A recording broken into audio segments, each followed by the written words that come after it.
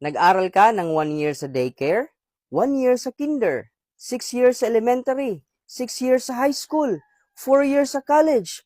Total years na pag-aaral ay 18 years. Tapos ka na sa pag-aaral mo, kaya mag-a-apply ka ng trabaho. Ito yung requirements: resume, diploma, TOR, certificates, mga trainings, barangay clearance, police clearance, NBI clearance, PSA birth certificate, 2 valid IDs, medical certificate, drug test, SSS number, PhilHealth number, pag-ibig number, BIR tax identification number, documentary stamp. Tapos dapat ipasa mo pa yung interview. Dapat meron kang pleasing personality. Minsan hinahanapan ka pa ng computer skills. Dapat fluent ka sa English. Tapos hinahanapan ka ng experience kahit fresh graduate ka. Tapos kailangan meron kang backer para ma-hire ka agad.